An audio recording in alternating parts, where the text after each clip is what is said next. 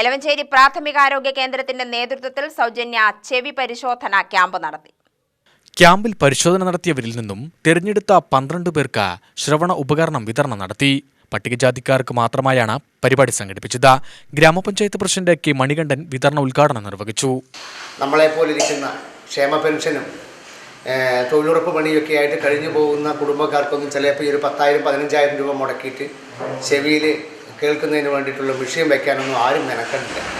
കാരണം അവരെ എല്ലാം ഉന്നമനം വെച്ചുകൊണ്ട് തന്നെയാണ് നമ്മൾ എലവഞ്ചേരി ഗ്രാമപഞ്ചായത്ത് ഭരണസമിതി ഇതിനു വേണ്ടി തന്നെ 2 ലക്ഷം രൂപയോളം മാറ്റിവെക്കുകയും അതിൽ എത്ര പേര് ഉണ്ട് എന്നുള്ളത് ക്യാമ്പിലൂടെ പരിശോധിച്ച് അവർക്ക് കേൾവി ശക്തി പൂർണ്ണമായിട്ടും ഇല്ല എന്നുള്ളത് ഡോക്ടറാണ് സ്ഥിരീകരിക്കുന്നത്. അവർക്കെല്ലാവർക്കും എത്ര പേരുണ്ടോ അത്രയും പേർക്ക് നമ്മൾ ഇത് വെച്ചു കൊടുക്കാൻ വേണ്ടിയിട്ട് ഈ മിഷൻ വെച്ചു കൊടുക്കാൻ വേണ്ടി തീരുമാനിച്ചത്.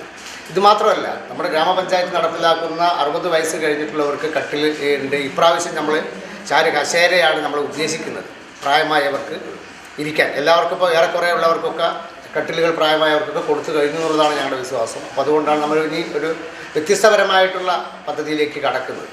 അപ്പോൾ ഇത് സാധാരണക്കാർ ചിലപ്പോൾ 10,000-15,000 രൂപ മുടക്കിയിട്ട് വാങ്ങാൻ കൂട്ടാക്കില്ല. അതുകൊണ്ട് ഭാഗമായിട്ടാണ് നമ്മൾ ഇതിന് പ്രത്യേക ഫണ്ട് വെച്ച് നമ്മൾ സാധാരണക്കാർക്ക് നമുക്ക് ഈ ഭൂമിയിലുള്ളത് കേൾക്കാനും കാണാനും അവകാശപ്പെട്ടവരാണ് നമ്മൾ.